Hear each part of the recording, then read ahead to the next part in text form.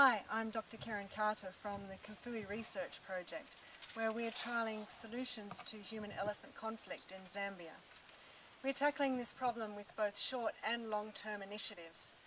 In the short term, we are looking at mitigation measures on individual farms to find the best ideas to deter elephants from maize fields in our area. This year we've been working with electric polywire fence lines to help the subsistence maize farmers that border Kafue National Park. We've deterred elephants from maize fields using this single line polywire electric fence line. And this is our preferred material because it is not stiff enough to be used to set wildlife snares in the instance that it's stolen. Now the polywire is electrified using this portable electric energizer box and the contents within it. So there is a solar charge controller, and that limits the output from the solar panel to 13 volts so that the battery inside is not overcharged. Then the battery powers this energizer unit, which pulses voltage through the electric polywire at a constant rate.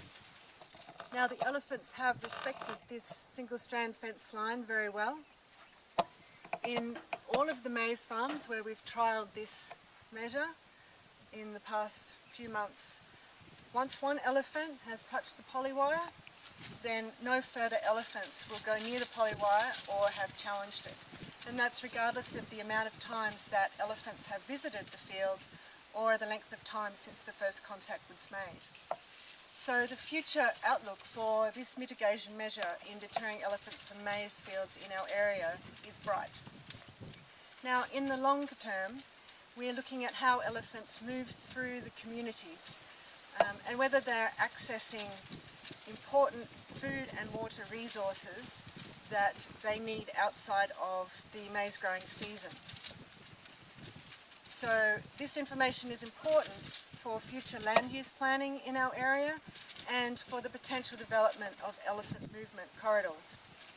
So the first steps in this long-term study are that we have deployed 6 camera traps along well-used elephant movement pathways between the protected area and the communities to assess the elephant frequency of movements along these routes.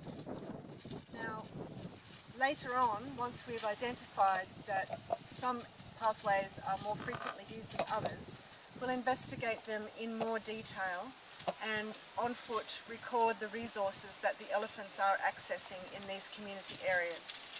So we will then have information about the type of resource and the time of year that the elephants are accessing each particular resource. So both of these long-term and short-term strategies have been funded by International Elephant Foundation.